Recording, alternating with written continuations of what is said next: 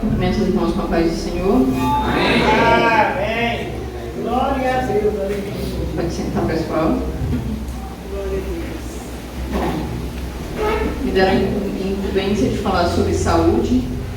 Espero que dê tudo certo aí com a apresentação, porque eu não tenho tudo na cabeça. E aí a gente vai ter uma conversa, né? Eu espero que eu consiga ser rápida. Então, o tema... Por enquanto, acho que tá ok. Dá para todo mundo ver, né? Espero que não tenha desconfigurado nada.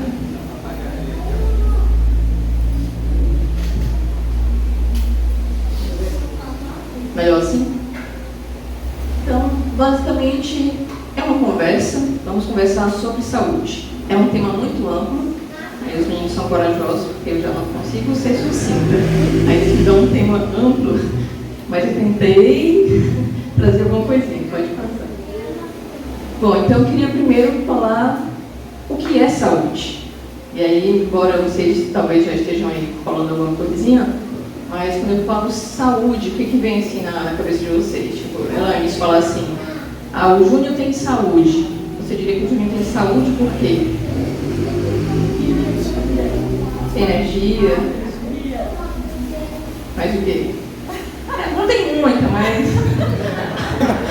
Deus abençoa. Só isso mesmo, viu, gente? Vamos pensar outra pessoa?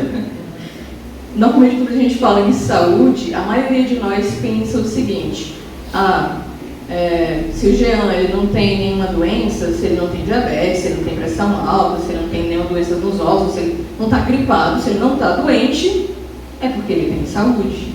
Só que, na verdade, a saúde não é só ausência de doença. Também é ausência de doença. Mas não é isso limitado. A saúde é muito mais, ela é bem mais abrangente. Eu coloquei ali, é um bem-estar que é físico, é um bem-estar que é mental também, e é um bem-estar social. Então, as nossas relações com as pessoas também nos trazem saúde ou nos trazem doença. Então, por exemplo, se você tem aquele vizinho abençoado, com certeza alguém que já teve um vizinho abençoado vai dizer, estou perdendo a minha saúde, né? E é verdade. Então, as relações sociais também trazem saúde para a gente. Pode passar. E aí eu queria que vocês refletissem junto comigo qual é o objetivo dessa palestra. Hoje às vezes a gente quer fazer a função do Espírito Santo, mas eu não vim hoje para convencer ninguém, tá? Na verdade é tudo que vocês já sabem, algumas coisas a gente vai só recapitular, e outras eu vou tentar abordar talvez de um modo que hoje o Espírito Santo possa ficar na cabeça de vocês e convencer. Eu vou pedir para a Camila soltar um videozinho para a gente refletir qual é o objetivo dessa palestra.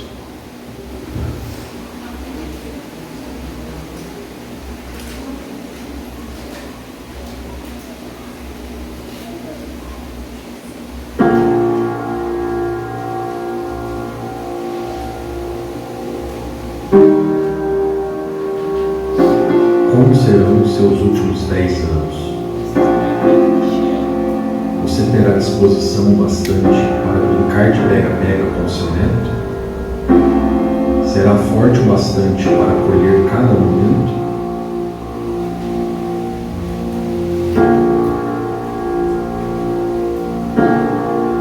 Você envelhecerá com vitalidade? Ou envelhecerá com doença?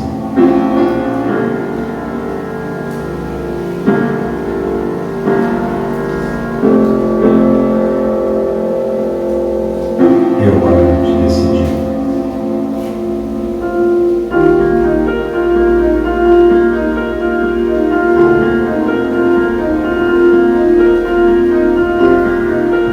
Somente tempo, obrigada. Bom, esse vídeo eu gosto muito, eu acho que ele é muito claro. O objetivo hoje é que a gente reflita como que a gente quer que seja o nosso futuro.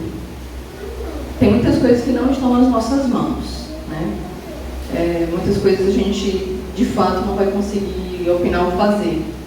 Mas eu lembro que muitas vezes, assim, eu converso com algumas pessoas, e eu lembro da última vez que eu conversei com uma estagiária lá no trabalho, e aí ela estava tipo, sou jovem, né?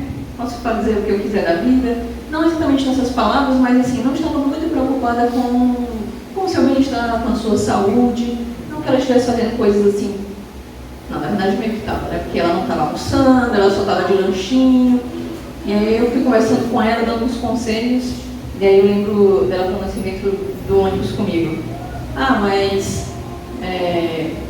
eu posso estar comendo assim, sei lá o quê, e de repente outra pessoa que faz tudo certinho, aí tem um câncer e acaba morrendo. Eu falei, é verdade, pode acontecer, mas eu prefiro ter o seguinte pensamento: se por acaso eu tiver um câncer de pulmão, que Deus assim me livre, não vai ser porque eu passei a minha vida fumando, não vai ser porque eu provoquei aquilo na minha vida, mas porque eu sou um ser humano e, como todos os seres humanos, eu estou sujeita àquilo que pode acontecer nessa terra, mas não porque eu plantei aquilo para a minha vida.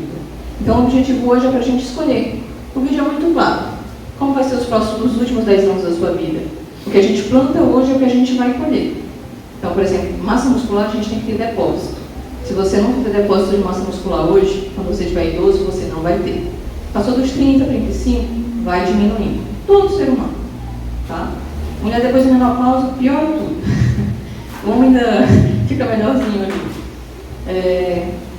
Então, é como mostrava no vídeo. Você poderia estar ou andando de bicicleta ou de cadeira de rodas. São duas rodas. Qual roda que você prefere?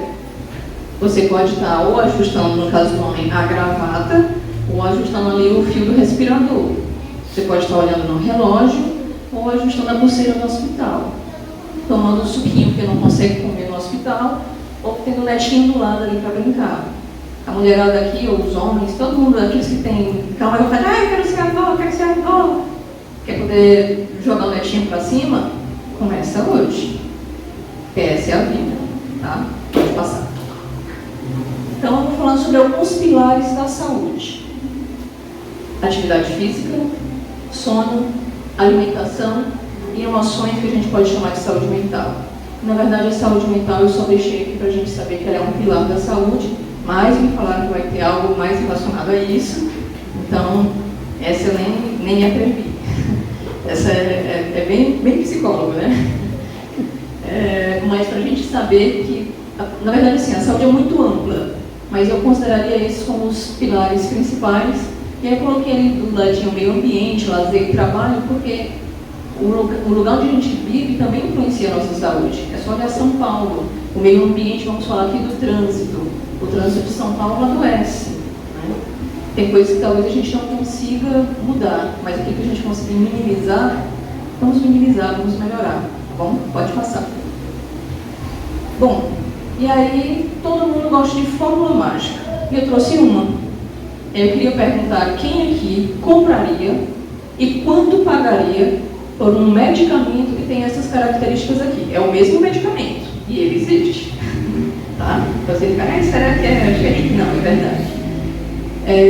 Diminui o risco de infarto agudo do miocárdio em 40%. Diminui o risco de derrame cerebral ou acidente vascular encefálico em 27%. Diminui o risco de diabetes em 58%. Diminui o risco de hipertensão ou pressão alta em 50%. Diminui o risco de ter demência, né, na velhice. Diminui o risco de depressão, ou mesmo quem está em depressão, se usar esse medicamento, melhora. Diminui as taxas de obesidade, risco de obesidade e tratamento para obesidade também. Diminui incontinência urinária. E tem tantas outras coisas, mas aí eu resolvi trazer só essas aqui, porque eu acho que já convence. Levanta a mão quem compraria esse remédio. Eu compraria. Vocês pagariam quanto? Sem dar um chute. R$120 por mês. E 120 por mês? Quanto? Quanto? Uns 40? Se fosse mais barato seria bom, né? Mas o remédio é milagroso, hein? Vamos combinar?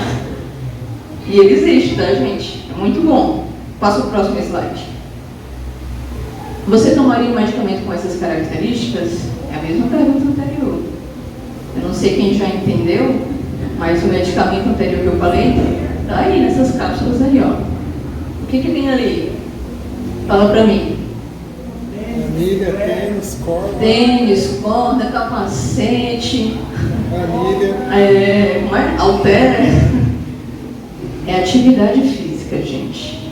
Atividade física por si só, ela faz tudo aquilo que eu falei para vocês, com aqueles percentuais, com a redução daqueles riscos. E hoje, muitas vezes, as pessoas gastam rios de dinheiro com um medicamento, que eu não vou dizer que seja desnecessário, mas é outra coisa que a gente tem que começar a mudar a nossa mente. Eu prefiro gastar R$200 comprando aquele remédio que não vai ter jeito de eu comprar, ou R$200 investindo hoje, claro, quem tiver, né? Se tiver como, você não vai comprar as opções mais baratas, mas sempre tem como, numa atividade física, seja ela qual for, pode passar. Então é isso, primeiro pilar, atividade física, pode passar. Eu trouxe aqui uma evidência, mas antes de falar disso aqui, porque eu não sou educadora física, né? Eu esqueci até de me apresentar, porque todo mundo me conhece. Meu nome é Lídia Patrícia, eu sou sobrinha do pastor Osmar e da pastora Célia, prima do Jean, do Júnior, por isso que eu brinco assim com ele, que é meu primo. Se não fosse também eu brincava. Eu sou nutricionista de formação, hoje eu moro na cidade de Santos e eu trabalho num hospital na cidade de Santos. Tá? Bom, eu não vou prescrever atividade física para ninguém porque não é da minha área de formação, eu não sou educadora física, mas como profissional da saúde, eu posso e devo falar sobre a importância de fazer atividade física. E aqui é qualquer uma. E aí, claro, o educador físico ele vai te dizer qual que é a mais adequada. A gente já conhece algumas. Eu quero ganhar massa muscular. É musculação, não tem jeito. Mas é qualquer atividade física, gente. Que seja ciclismo, que seja beach tênis, que seja natação, que seja musculação, que seja caminhada, que seja o vôlei, que seja o basquete, qualquer atividade física, tá? E aí eu trouxe, como todo mundo já sabe, que é importante fazer atividade física, e é claro, nós temos algumas pequenas exceções, onde pessoas que, por algum motivo, têm uma restrição médica, então alguém que tem uma falência muito grande de coração, aí ela realmente precisa ter uma restrição. Mas, de modo geral, quem tem diabetes, pressão alta, lembrando daquilo que eu já falei antes, vai melhorar. Mas é porque meu joelho é bichado. Tem uma atividade física que dá para você fazer. Vai para a hidroginástica. Tem. Mas é porque minha coluna não sei aonde. Tem uma atividade física que dá para você fazer. Não tenha dúvida. Sempre tem.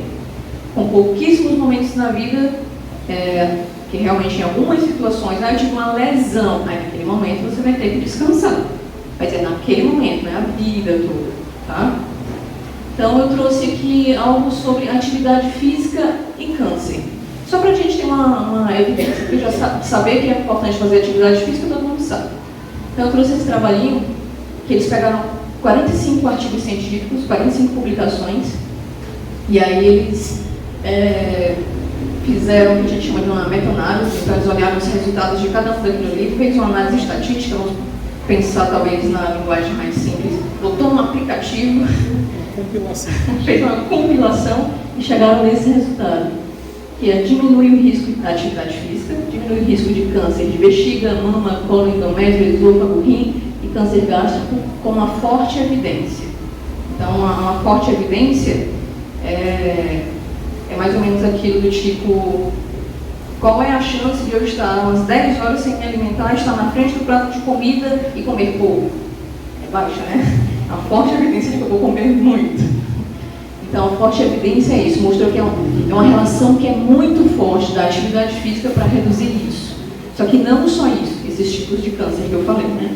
E aí embaixo a tabelinha está meio pequena, mas vai falando o percentual. Primeiro é câncer de mama, então diminuir o risco em 48%. Lembrando que quando a gente fala reduzir o risco, não quer dizer que a pessoa não possa ter, mas diminui muito a probabilidade de que aquilo aconteça. Tá? E se a pessoa que já teve câncer, que alguém pode dizer, eu já tive câncer de mama, então isso aí para mim já não serve. Serve. Porque esse mesmo trabalho mostrou que melhora a sobrevida. Sobrevida é assim, a pessoa tem a doença, quanto tempo ela vai viver depois de adquirir aquela doença. Isso é uma sobrevida. Então, mostrou que há uma redução do risco de mortalidade de 40% a 50%. Então, até para quem está com câncer, tem câncer, a atividade física ajuda a reduzir o risco de morte ou a prolongar o tempo de vida. Para a gente ver como é importante e como é simples de fazer. Pode passar. Aí eu trouxe outro trabalhinho. Aí é só para ficar mais difícil, mas vocês vão entender, viu? Vai dar certo. Esse é sobre o tempo sentado. E aí eu queria... Acho que todo mundo deve saber que a maior parte do corpo humano é feita de água, né? Vamos botar aqui aproximadamente 70%, mas varia aí de acordo, a gente está falando de criança, idoso, mais ou menos 70%.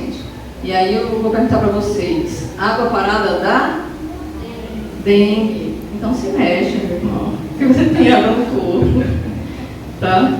Então esse trabalho ele mostrou uma relação com adultos australianos com o tempo que eles ficam sentados. E ali tem as tabelinhas, os gráficos, aquelas figurinhas, talvez um pouquinho difícil de entender, mas vai dar certo. Essa primeira são tipo todas as pessoas, saudáveis e doentes. A segunda são só pessoas saudáveis. Então, quem não tinha diabetes, quem não tinha pressão alta, quem não tinha doença do coração, só os saudáveis. E na última, pessoas com diabetes e doenças cardiovasculares. Bota a primeira, vamos para a primeira agora. Isso. No primeiro, e aí, se vocês conseguirem de repente mexer no mouse à medida que eu vou explicando, talvez facilite mais. Está vendo que eu coloquei uma setinha assim para cima, onde tem aquelas várias colunas? A coluna branquinha são pessoas que ficam nem 1 hora ou até 4 horas paradas. E a coluna pretinha, mais escura de todas, são pessoas que ficam 11 horas ou mais paradas. Aí, isso que está para cima, que é a coluna, que tem o número 0, 5 até o 35, é o número de mortes comparado ao tempo que a pessoa fica parada. Então, se você olhar aquela coluna primeira, que é branquinha, o número de mortes de pessoas que ficam menos de 4 horas paradas é abaixo de 10. Esse estudo, assim, só para lembrar que eles compararam morte por qualquer causa e o tanto de tempo que a pessoa fica sentada. E eles acharam uma relação. E aí, se vocês olharem, não vai aumentando as colunas. Isso quer dizer que quanto mais tempo a pessoa fica sentada, maior é o risco de morte por qualquer causa, tá? E isso eu estou falando em pessoas que não fazem atividade física nenhuma. Então é parado mesmo, não estou falando, é que o cara ele não vai para academia, não. Pessoa que não faz atividade física nenhuma, mas fica prontado, sentado na cadeira o dia todinho. Porque hoje em dia ninguém mais tem que lá levantar para mudar o botão lá da tele, né? É tudo controle, não vai buscar uma água. Agora, os mais high-tech é só, Alexa, fecha a janela. Alexa, enterra, né? Isso é tudo em Alexa, então complicado, ninguém se mexe mais. E ficar parado, eu já falei, dá dengue e aumenta o risco de morte. Vamos lá para o último, que é só das pessoas que têm doenças cardiovasculares e diabetes. Isso. Então, eu não sei se vocês veem que as colunas elas são mais altas ainda. Então, aquela primeira, assim, quem não tinha doença nenhuma e não fazia atividade física nenhuma, quanto mais tempo parado, maior é o risco de morte. E para quem já tem alguma doença, quanto mais tempo parado, ainda mais é o risco de morte. Porque nós estávamos entre 5, 10, 15, agora está na casa de 20, 35 mortes a cada 1000 pessoas, só por ficar parado. E, lógico, mais de 11 horas parado, pior ainda. Então, acho que os irmãos entenderam que quanto mais tempo você fica parado, mais você está aumentando o seu risco de morte. Aí, por quê? Algumas das justificativas. Quando a gente se movimenta, a gente libera óxido nítrico. Então, quem faz a atividade física, tem uma galera aqui olhando aquela exagerada, que é complicado. E o óxido nítrico ele ajuda a relaxar os vasos sanguíneos. Se relaxa o vaso sanguíneo, diminui a pressão arterial. Se diminui a pressão arterial, tem menos chance de você ter doenças do coração. Esse é um dos motivos. O outro tem uma enzima chamada lipase lipoproteica, que ela tem a ver com o metabolismo dos lipídios. Se ela também não está funcionando direito, se ela não é liberada, você vai acumular mais colesterol. Se você vai acumulando de modo bem simples mais gordura no teu vaso, ele vai entupindo o teu vaso e é mais fácil de você também ficar doente. Então, se mexe, irmão, já falei. Pode passar. Essa foi difícil, mas acabou as partes difíceis. Passamos? Bom. Aí, por último, vamos falar aqui, eu tenho que ser mais rápido, crente e atividade física. Já foi citado hoje, nós somos o templo do Espírito Santo. E por que eu estou enfatizando nisso? Porque algumas pessoas ficam, mas eu já crente na academia. Mas eu já tenho 60 anos, minha filha. Isso aí é coisa de jovem, isso aí é pro Jean, isso aí é pra Daiane, isso é pros jovens. Eu já sou idosa. Aí eu vou pedir o vídeo 2 agora.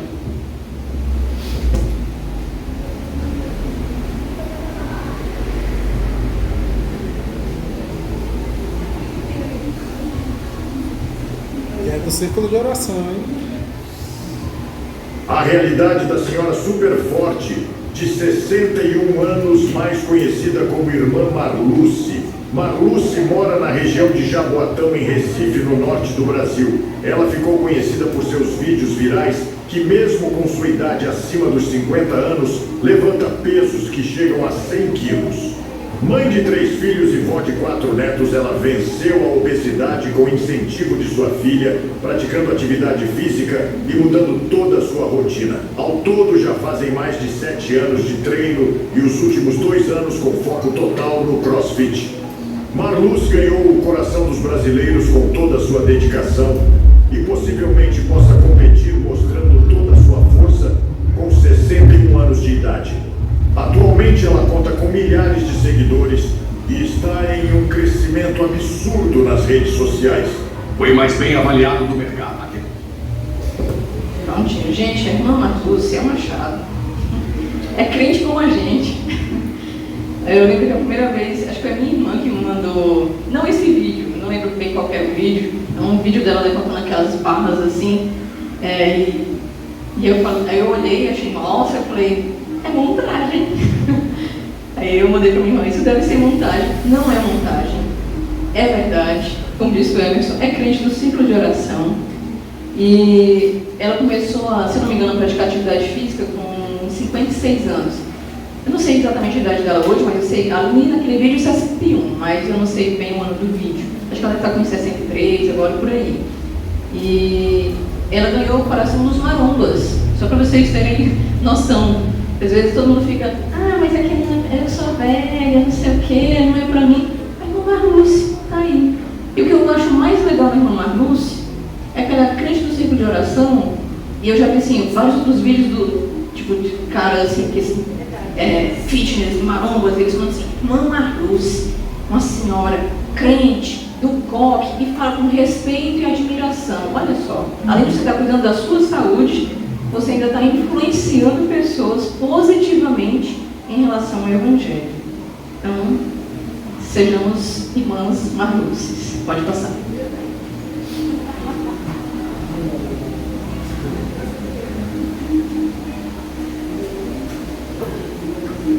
Segundo ponto é o sono.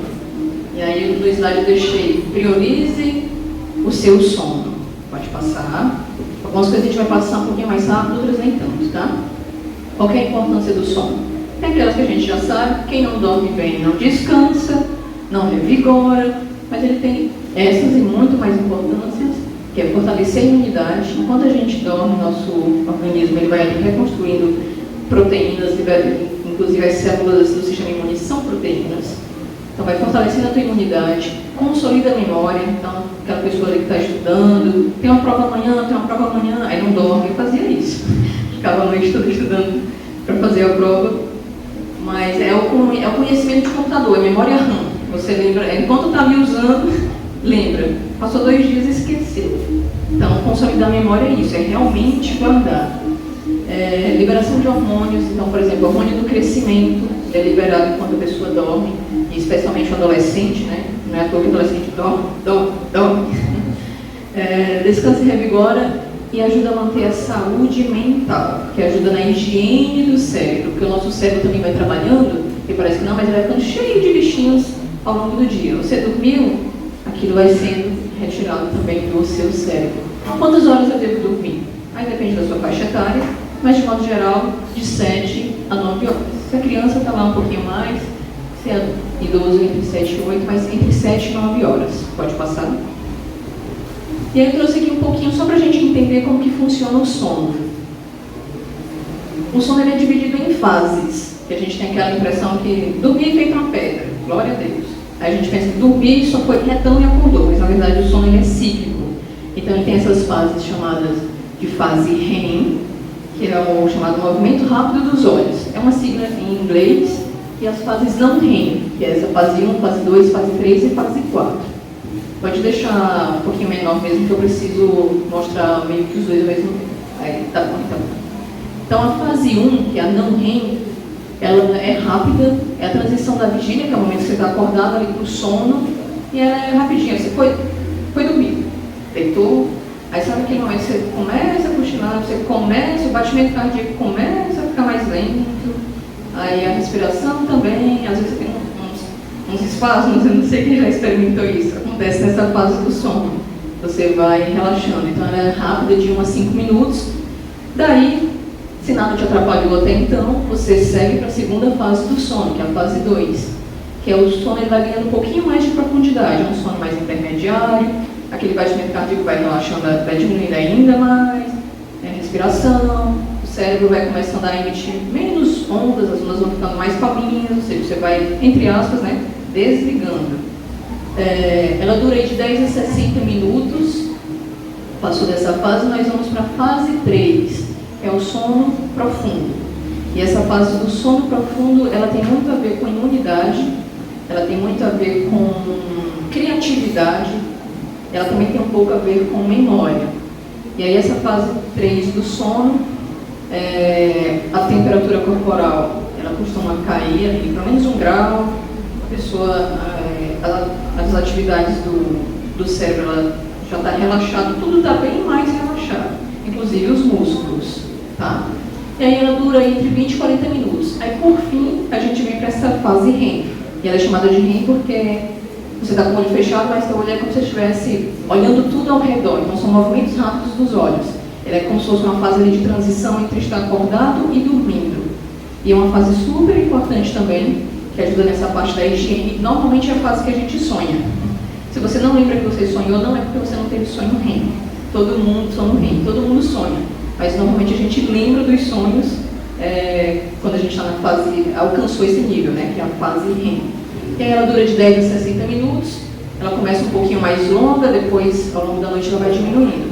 Então o teu sono é cíclico, sai da fase 1, fase 2, 3, 4, REM, volta ali, meio que para uma fase 1, 2, 3, 4, embora seja bem rápida, tá? Então para a gente entender um pouquinho mais como funciona o sono da gente, porque algumas pessoas falam, mas eu dormi 9 horas e dormi 12 horas e acordei cansado, acordei morto, porque teve alguma alteração ali nessas fases.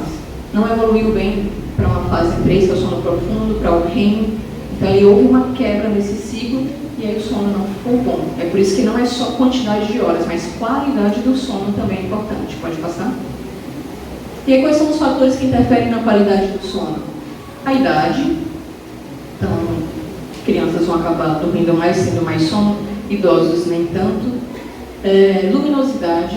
E aí eu coloquei como dica aí parar as telas 2 horas antes do horário que você vai dormir, porque o nosso olho, a retina, ela capta luz e ela manda uma mensagem para o cérebro dizendo, é dia, porque Deus, quando fez o mundo e a gente, Ele nos fez dotados disso, de saber quando é dia e quando é noite.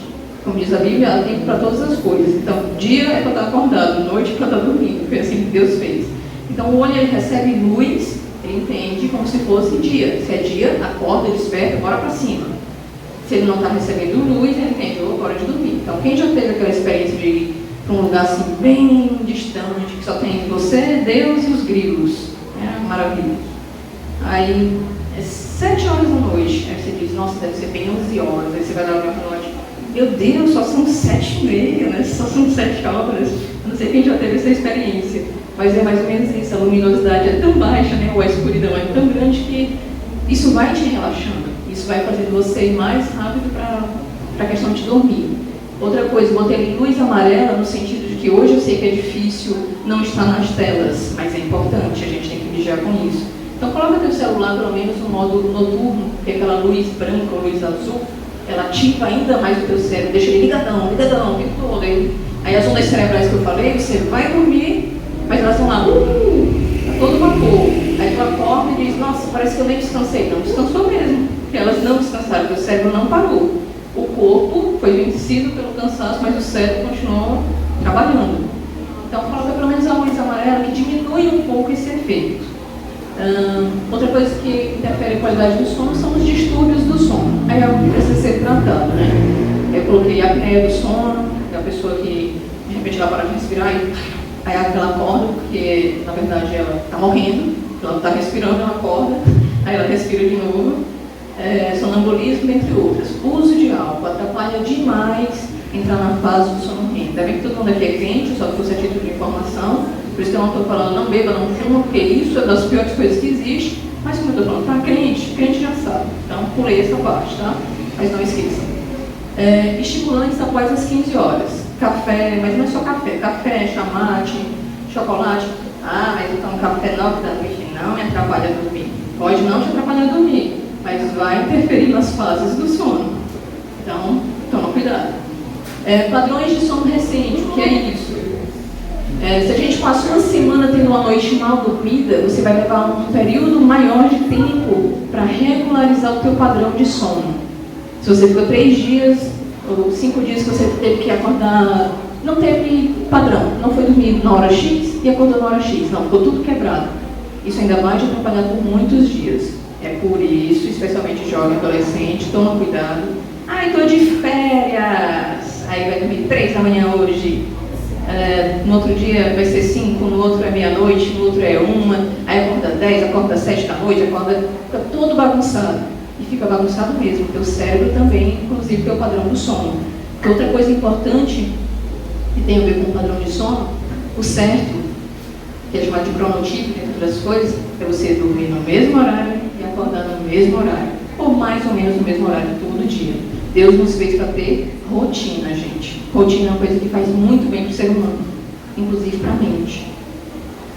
Acordar tarde e cochilar por mais de 20 minutos ao longo do dia. Isso também vai atrapalhar teu sono à noite. Aquele cochilinho rápido, chamado antigamente de sesta, faz bem, mas não pode ser aquela coisa de dormir 3 horas. Aí atrapalha. Pode passar. Aí vocês digam, corre, vamos correr.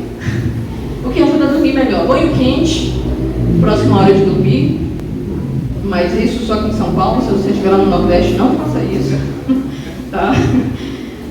Teoricamente, é porque você vai ajustar seus mecanismos de termorregulação, você toma um banho quente, aí o corpo vai querer te esfriar. E toda vez que você diminui 1 grau de temperatura corporal, te dá sono. É melhor então ligar o ar-condicionado quem tiver, né? Ou São Paulo aproveita o frio. É por isso que no frio dá sono, uma das coisas. Atividade física regular. Atividades relaxantes antes de dormir. Ouvir uma música, ler, de preferência que seja papel, para a gente não ter aquela influência da luz, mas qualquer coisa que te ajude a relaxar. Aí vou orar. Isso, ora, orar relaxa mesmo. Vai orar para dormir.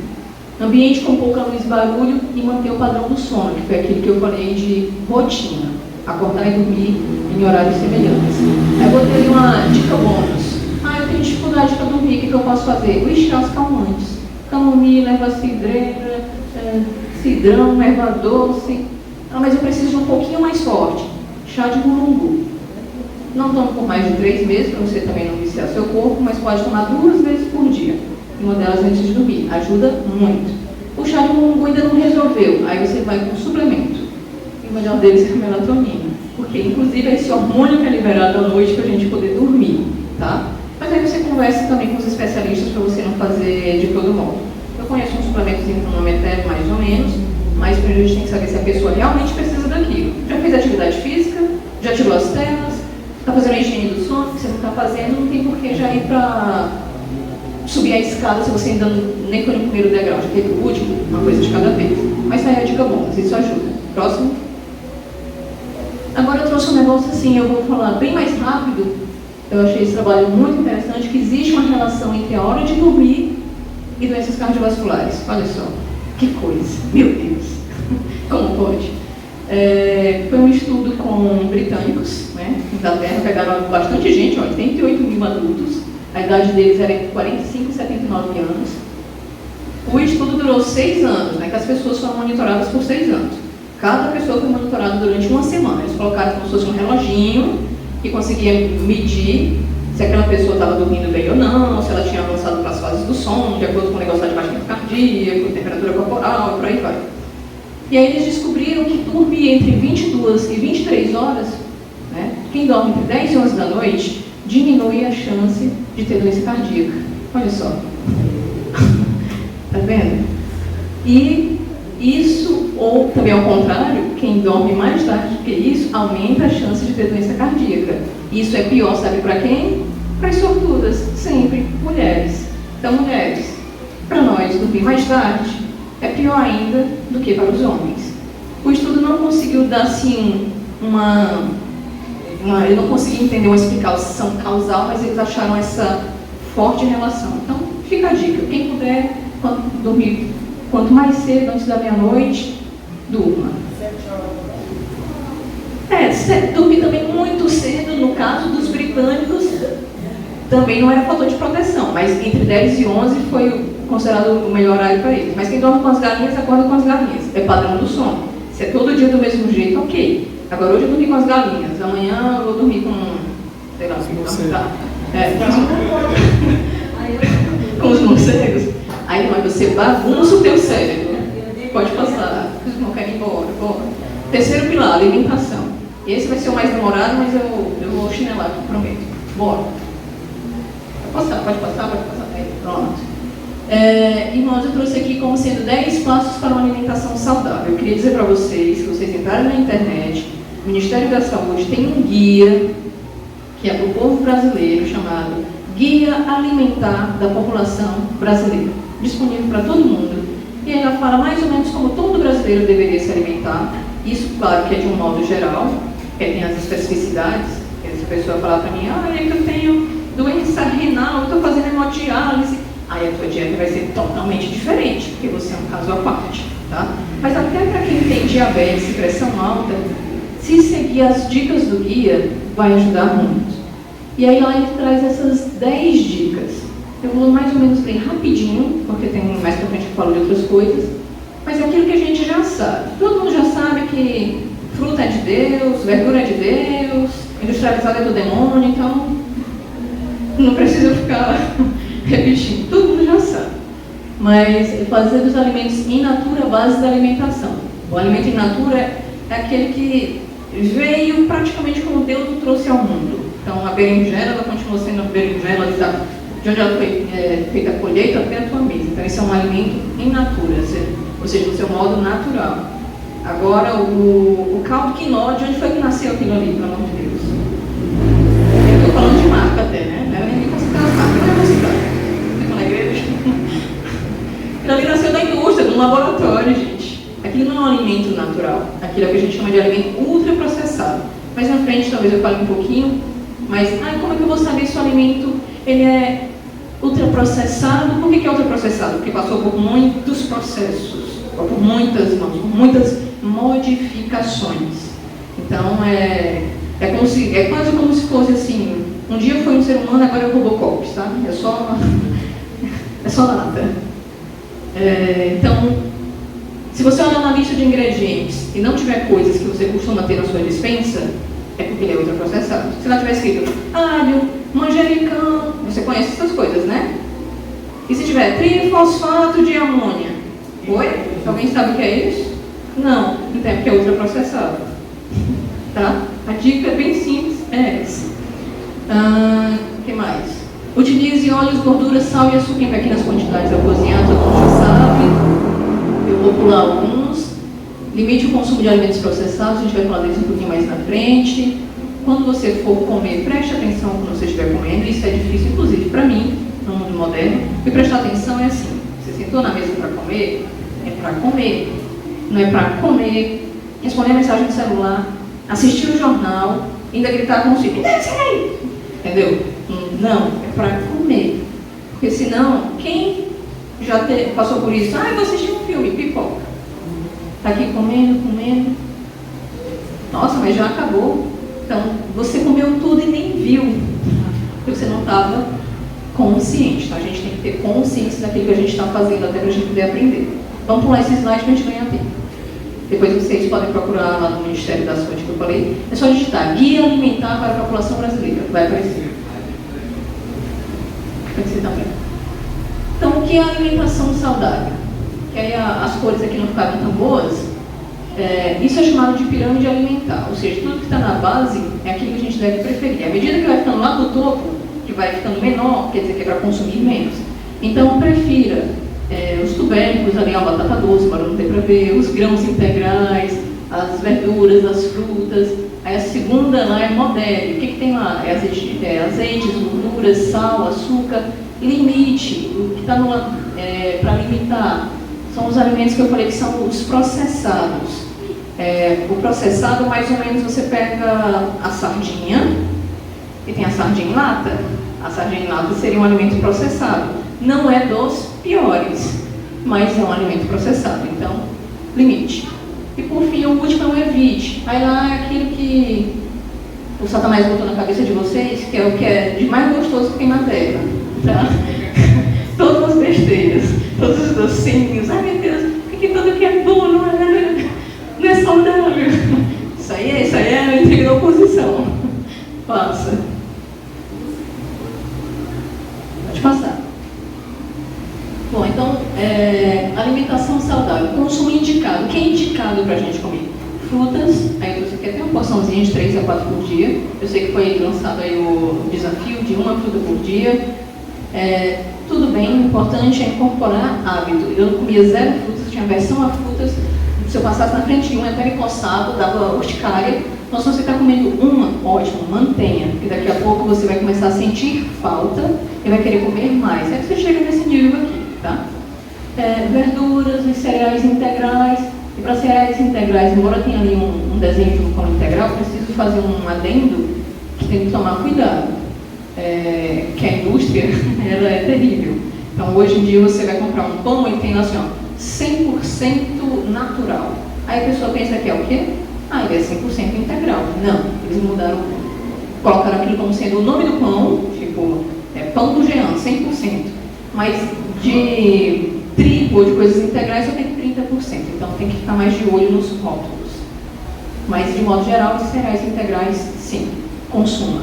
Legumes e água. A água, eu já sei que tem um desafio dos 2 litros por dia.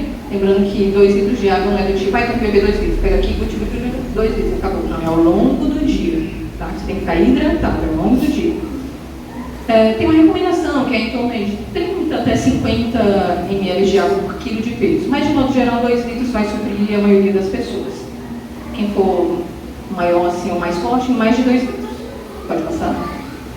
Consumo moderado. Leite e derivados. E aí sim, dá preferência se for desnatado ou semi-desnatado, ainda mais se você for um bezerrinho. Se você não for um bezerro, aí tudo bem, menos mal.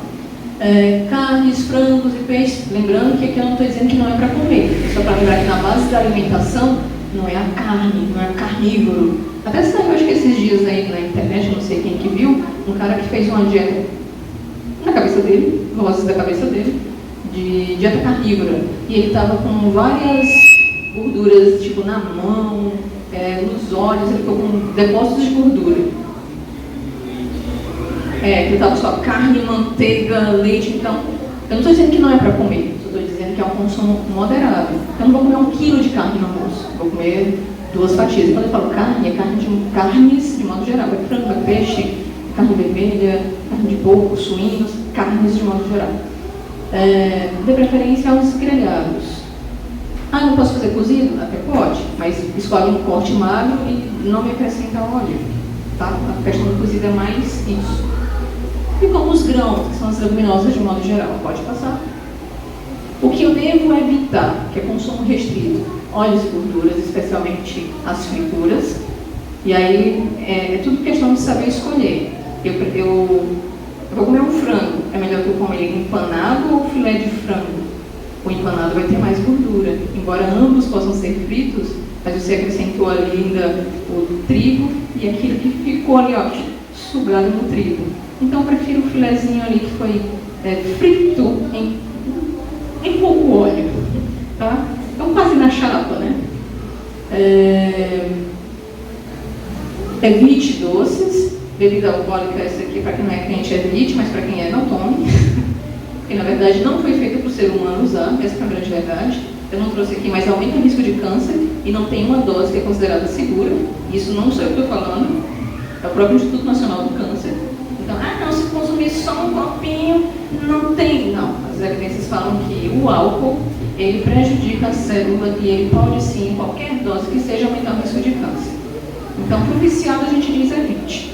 Para o que já está limpo, não toma. Tá? Produtos industrializados, defumados e em salmoura. Aí a salmoura mais por causa da questão do sal, que vai aumentar o teu sódio, pressão.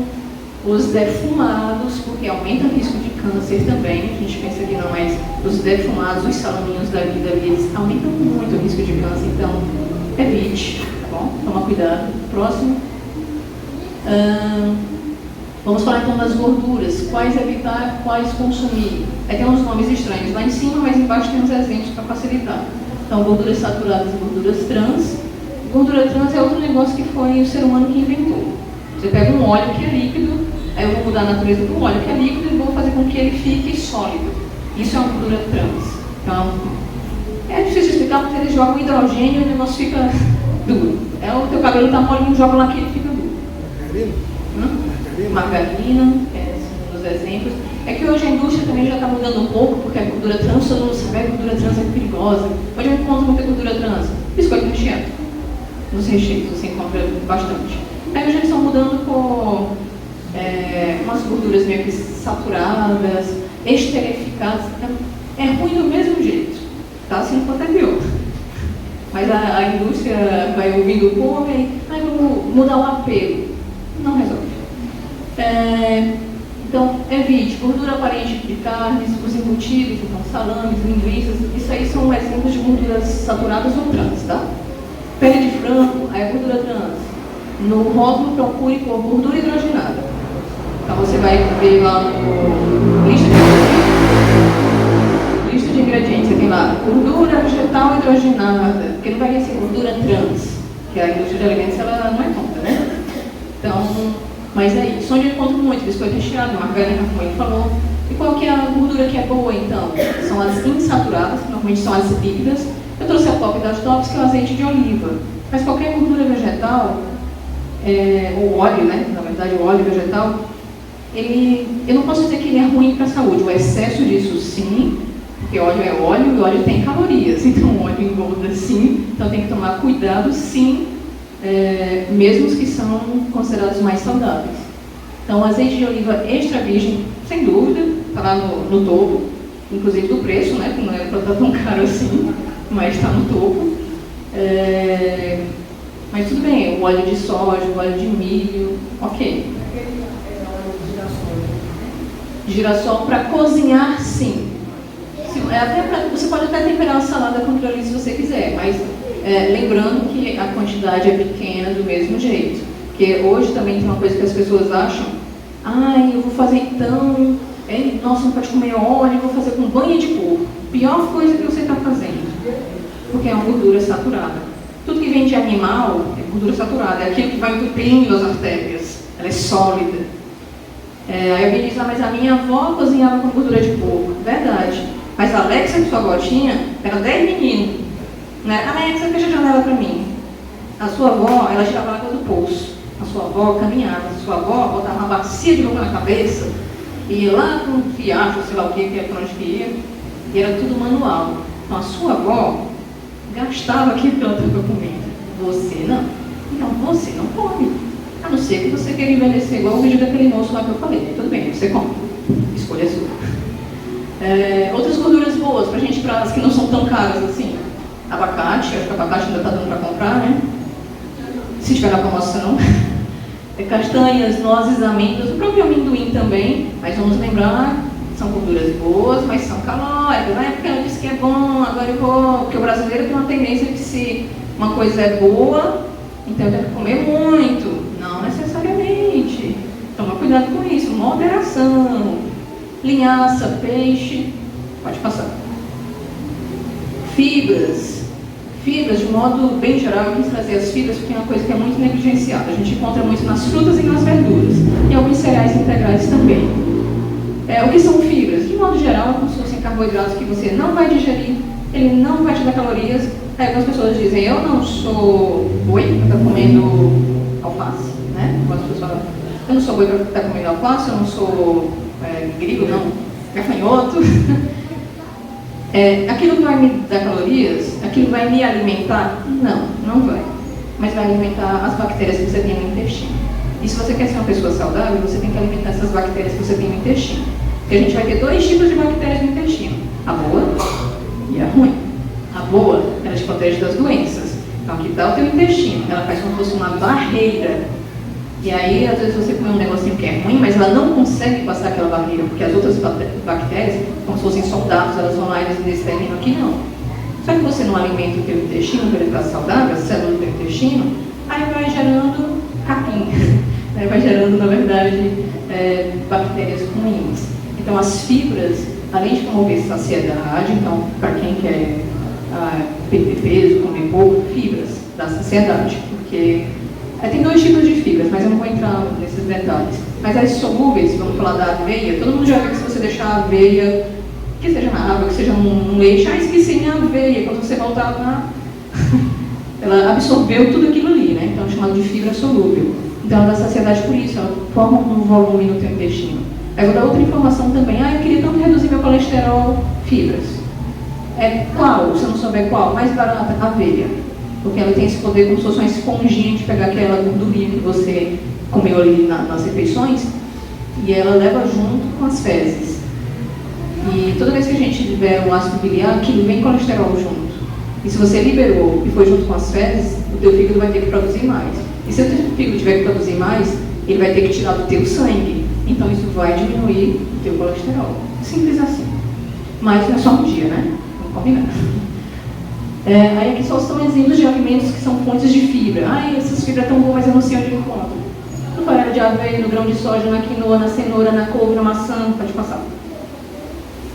Na semente de linhaça, no grão de bico, no feijão, no brócolis, no farelo de trigo, no espinafre, nas verduras de modo geral, em quase todas as frutas, tem fibras. E eu só estou falando das fibras. Tem muitas mais propriedades de vitaminas, minerais, fatores de proteção que não dá para falar aqui hoje, tá?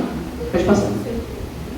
Aí agora a gente vai para os pontos mais, não vou dizer importantes, mas assim, para tomar mais cuidado. Porque se você não quer se alimentar bem, pelo menos não se alimente mal. Já é uma política de redução de danos. Então, cuidado com o açúcar. A Organização Mundial de Saúde fala que o consumo de açúcar por dia deveria ser, na verdade, 25 gramas. Mas a gente pensar numa pessoa mais jovem, poderia ir até 50 gramas por dia. Que daí o quê? 13 gramas mais ou menos é uma colher de sopa de açúcar. Então, no máximo seriam 2 colheres de sopa de açúcar por dia. E você sabe quanto que o brasileiro consome? Quase que 50% a mais. Não é à toa que a gente tem muita gente com ou pré-diabetes, ou diabetes, ou tantos outros problemas de saúde, porque o brasileiro está comendo mal. 64% desse açúcar é adicionado ao alimento, e é por isso que o nutricionista sempre fala, toma cuidado com os sucos. O suco não faz bem para a saúde? Estou falando de suco de fruta, né? Suco de fruta. Prefira a fruta. Que você vai fazer vou fazer um suquinho de limão. Aí, 2 gotas de limão, 2 quilos de açúcar. Melhor não tomar. Entendeu? Melhor não. Isso é o chamado açúcar adicionado, é aquele que você mesmo coloca. A outra parte está presente nos alimentos industrializados. É aquele que você compra e você jura que não tem açúcar, mas tem. Mais pra frente eu vou mostrar algumas coisas, pode passar? Aí eu trouxe aqui só pra gente entender os tipos de açúcar. Que é muito comum as pessoas falarem, mas eu comprei aquele açúcar demerara, ele é melhor. Eu comprei o mascavo, ele é melhor. Ele é melhor do ponto de vista de qualidade. Se eu chegar para o Emerson e falar, Emerson, você prefere comprar, eu sou ruim de carro, mas eu vou falar carros aqui. Qual que é o melhor carro? Vamos falar em termos de potência. Ferrari ou o Gol 1.0? Ferrari. Mas eu te pergunto, ambos são carros? Sim. Tá. Ambos vão te levar para o mesmo destino? Sim. Só que um tem mais qualidade do que o outro, né? Então a história do açúcar é mais ou menos isso. Se você olhar os diversos tipos de açúcar, ali são mais ou menos 100 gramas em cada potinho daquele, tem quase a mesma quantidade de calorias. O açúcar refinado, 380 calorias, o demerara, 380, um pouquinho menos, mas quase a mesma coisa. O mascavo, 376, o do coco, 380. Açúcar é açúcar. Para você que tem diabetes, mas eu só como açúcar mascavo, é açúcar. Você não deve tomar. Dependendo de como esteja o seu nível tem que ser muitíssimo pouco, mas ele tem que ser de acordo com a orientação do teu médico ou nutricionista. Não é impossível, mas de modo geral, para não pecar, a gente diz não pode, tá? Isso para quem é diabético. Para quem não é diabético, qual é a diferença entre eles? Se vocês olharem a composição, eles vão ter um pouquinho mais de minerais. Então o refinado tem menos quantidade de ferro e os outros vão ter mais. O refinado também tem um pouquinho menos de sódio e os outros vão ter mais. Então é um açúcar que, quando ele saiu ali da origem, ele foi menos lavado, ele foi menos processado. Então ele preservou mais algumas vitaminas, mais alguns minerais nele. Mas ele continua tendo a mesma quantidade de calorias, que é aproximadamente 4 calorias em 1 grama. Então qual é o melhor açúcar? Aquele que você comer menos. Tá? A verdade é essa. Os adoçantes, eles entram como substitutos de açúcar. Ou seja, o ser humano, via de regra, que deveria ser, o ser humano que não pode, aí o exemplo clássico é quem tem diabetes, ingerir açúcar, aí ele vai para o adoçante. Talvez uma segunda categoria são aquelas pessoas que estão em redução de peso, aí pode fazer ali uma troca para ser menos calórico. Mas você que está no seu peso ok, você que não tem nenhum problema de saúde, não tem por que ficar tomando adoçante, assim, indiscriminadamente. Só que tem que lembrar que o adoçante, alguns até que meio que vem da natureza, que é o stevia, o xilitol, mas a maioria é produto químico também. Então aquilo também você também está colocando química dentro do teu corpo. Então, melhor não usar, a não ser que você realmente tenha necessidade. Eu tenho diabetes, estou fazendo redução de peso, sei lá o que, preciso, usa. Não preciso, a gente tem que, na verdade, de verdade mesmo, a gente tem que melhorar o nosso paladar. Porque desde criança a nossa cultura fez com que a gente alterasse o nosso paladar. Então tudo que é gostoso é que tem açúcar, mas não é isso. Porque quando você era criancinha, que a tua mãe ia te dar leite porque ela aprendeu de um modo errado, ela colocava açúcar. Então para você o sabor do leite é aquele leite que é muito adoçado. E se você tomar o leite sem açúcar, para você, nossa, não tem sabor. Tanto se eu perguntar aqui, alguns vão dizer, nossa, leite com açúcar, terrível. Outros vão dizer, tem que ser com sal. Outros vão dizer, sem nada. Então, por causa dos padrões. É a melhor coisa. A melhor coisa. Aprenda a comer sem açúcar. Essa aqui é a verdade. Qual o melhor açúcar? O que você vai comer menos. Por quê? Porque eu pego demerara. Se fosse o refinado, você ia colocar uma colher. Demerara vai colocar 3. Então fica com refinado. Ele tem melhor qualidade? Não. Mas... vai comer menos. Acaba sendo melhor. Bora, senão a gente não vai embora. Açúcar escondido nas bebidas. Trouxe só alguns exemplos, eu vou passar um pouquinho mais rápido. Aí são exemplos de colheres de café. Então a Coca-Cola ela tem como se fosse 12 colheres de café de açúcar.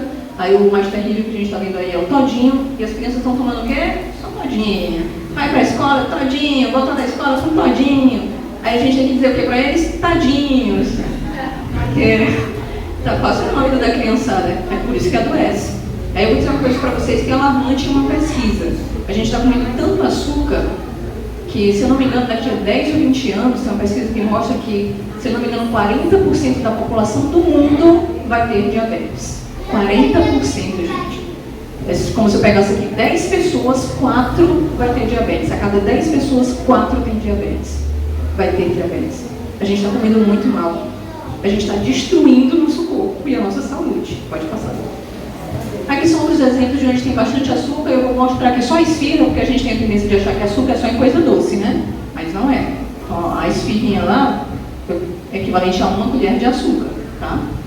Tudo bem, 3 esfirrinhas, mas para lembrar que os salgados também, embora não seja um açúcar refinado, mas é carboidrato, que pro teu corpo vai virar açúcar. Pode passar? Aí, isso é pra gente tomar cuidado. Os sucos. Os sucos industrializados tomam muito cuidado, tem muito açúcar. Esse exemplo aqui mostra que só uma latinha dessa você já ingeriu 196% do valor que você deveria consumir de açúcar por dia. Considerando que são 20 gramas, e a quantidade que ele tem lá de 40 e tantos gramas, 49, você ultrapassou a cota diária tomando uma latinha só daquele suco. E o resto do dia. Não é à toa que a gente está ficando doente, pode passar. Aí eu trouxe aqui, isso também, toma cuidado, parece que é suco, mas não é. Aí eu trouxe aqui um exemplo. Refresco, e tem de 5 a 20% só de polpa, que seria suco. Néctar.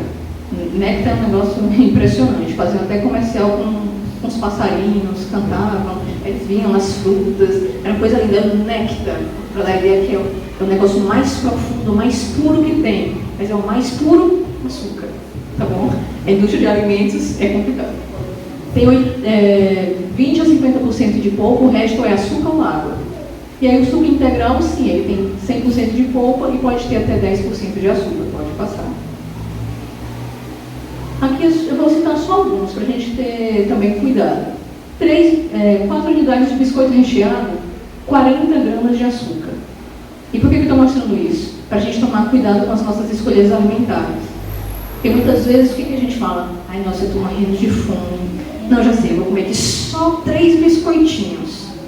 Se você tivesse comido um pão, tinha sido melhor. Porque ia matar mais a tua fome, um pão com ovo, ia matar a tua fome e não ia te dar tanta... Tudo bem, ia passar dessa quantidade, mas pelo menos ia matar a tua fome. Porque tu vai comer 3 biscoitos e não passa. Tu vai comer outra coisa e não passa fome. Vai comer outra coisa e não passa fome.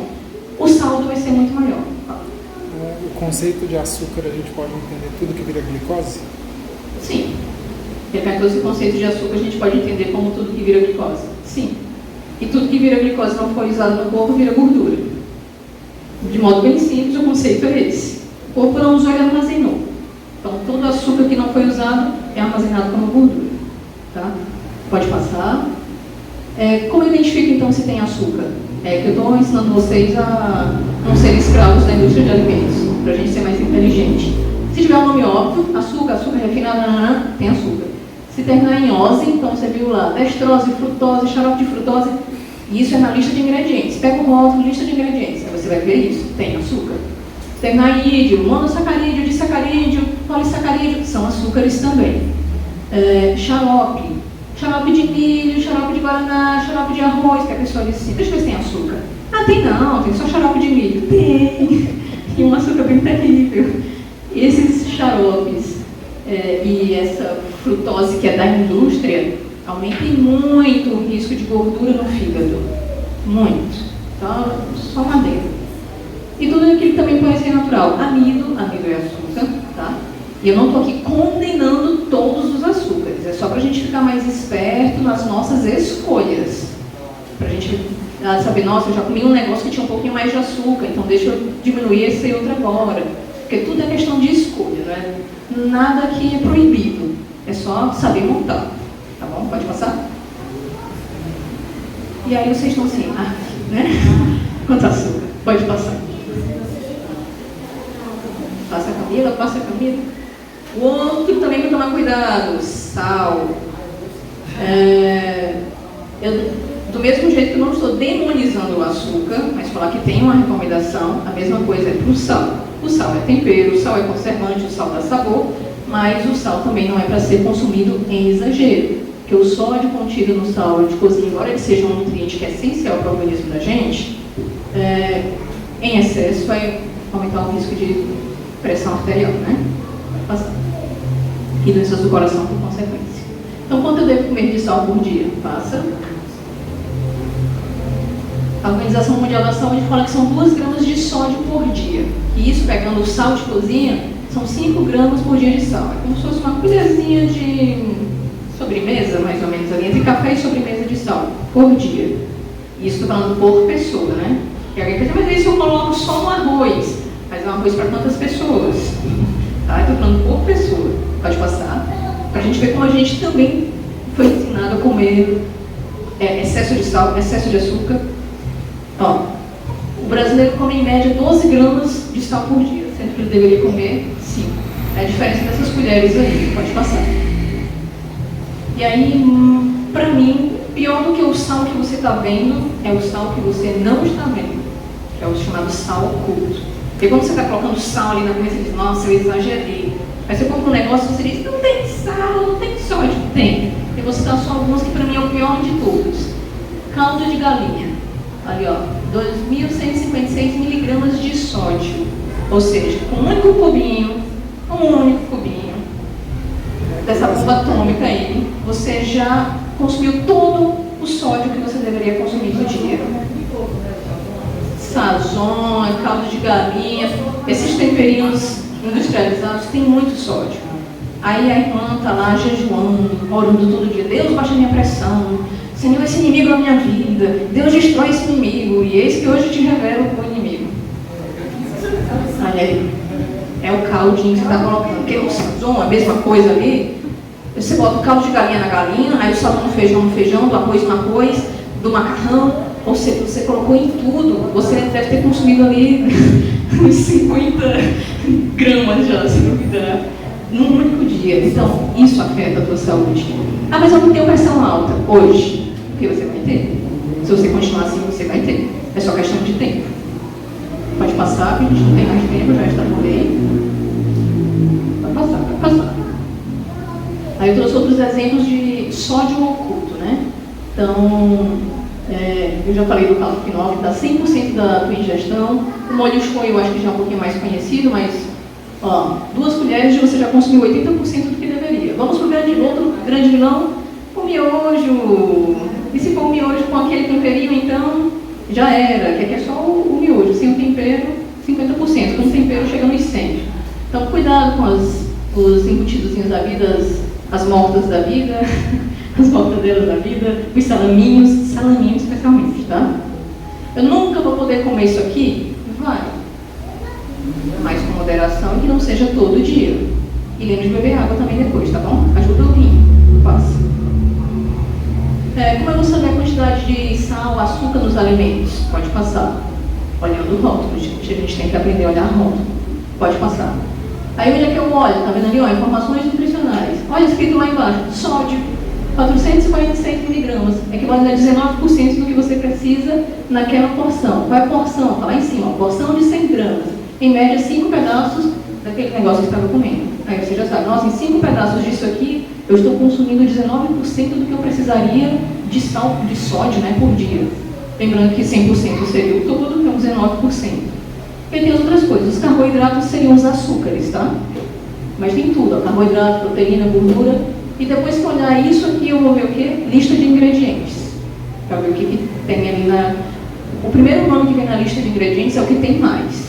Aí o segundo é o segundo que tem mais, o terceiro que tem mais, e assim por diante. Aí você tem uma noção. Se tiver alguma coisa lá com xarope de milho for a última coisa, quer dizer que ele tem menos açúcar do que se o xarope de milho fosse o segundo nome na lista de ingredientes. Então a gente tem que ter essas sacadas também. Pode passar. Então, como montar um prato saudável? Pronto, chegamos no... Aqui dá para ir embora já. 50% do prato tem que ser de vegetais ou crus ou cozidos, metade do prato. A outra metade você vai como se fosse dividir no meio. E claro que aqui eu estou falando via de regra, né? Então, assim, de um modo geral é isso. De um modo personalizado, aí a gente vai avaliar a vida de cada pessoa. Mas se seguir isso aqui já ajuda. A proteína animal ali, 25%. Ali tem um exemplo com frango, mas podia ser o frango, podia ser a carne. Lembrando que também carne, gente, carne vermelha, o certo é que a gente consuma 2, no máximo 3 vezes por semana. Porque elas têm nutricinas, fatores de sei lá o que também, no longo prazo, aumenta o risco de câncer gástrico de intestino, tá? Então, carnes brancas também são preferência. Então, naquela metade você vai colocar a carne e a outra é uma proteína vegetal. Pode ser o feijão, o grão de bico, soja, lentilha, ervilha, qualquer uma. E o outro 25% do prato, os carboidratos. Que pode ser o arroz, que pode ser o macarrão, que pode ser a batata doce, a batata inglesa. É tudo na mesma categoria. Então é assim que a gente monta um prato saudável. Pode passar? Aí as dicas bem rápidas, essas são bem rápidas mesmo. Ó, que eu estava falando antes de, igual eu falei, eu não estou demonizando as coisas, mas eu estou dando ferramentas para vocês escolherem e ficarem mais espertos. Olha a diferença daquele lanchinho de cima para o lanchinho de baixo. O Emerson chegou em casa, mas aí ele está naquele propósito de não, esse mês eu vou manter meu peso, eu vou emagrecer, eu sei lá o quê, eu não vou comer muito. Aí ele diz, eu vou comer só um biscoitinho de água e sal. Aí tem lá, biscoitinho de água e sal, 15 unidades. Aí ele passa a manteiga e ele toma um café adoçado com 2 colherzinhas de açúcar. Aí eu te pergunto, é suficiente para você, né? Só vai durar quanto tempo isso aí, esse lanchinho? 20 minutos? Talvez, né? Depois de 20 minutos você vai ficar com fome. Você vai comer de novo. Aí o Emerson consumiu quanto? 405 calorias nesse lanchinho que ele fez ali em cima. 52,9 gramas de carboidratos, gordura 17 gramas. Agora eu faço umas calorias para a gente ganhar tempo. Se o Emerson tivesse, ao invés de comer aquilo, trocado por uma fatia de pão integral, 2 ovos mexidos, uma fatia de melão e o café preto com pouco açúcar ou sem nenhum açúcar, ele tinha consumido 250 calorias.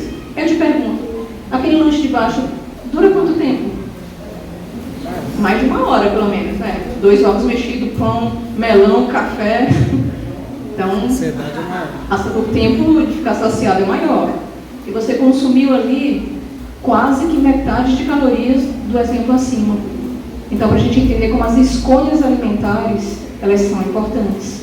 Porque às vezes a gente se engana dizendo, eu vou comer só um biscoitinho.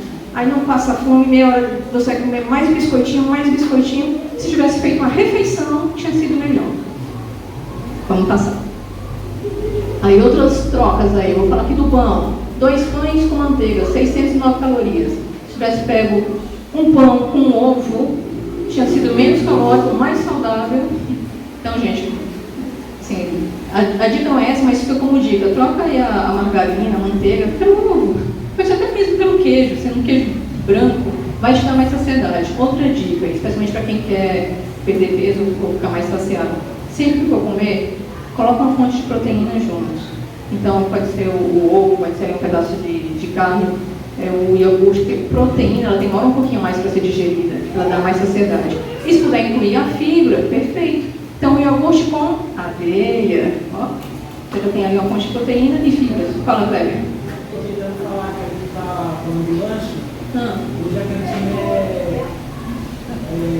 pão de forma com patê de atum. Patê de atum também é uma opção. Mas pode ser patê de outra coisa. Mas também tomar um cuidadinho aí só com a composição do que for fazer o patê, tá? Mas é isso. Vai comer, tem uma fonte de proteína junto que vai te ajudar demais. Coxinha, a pessoa vai comer uma coxinha. Proibido? Não, mas é só para você saber as suas escolhas. 450 calorias. Se você tivesse feito um lanche com frango, requeijão e folhas, tinha melhorado. Vai, deu.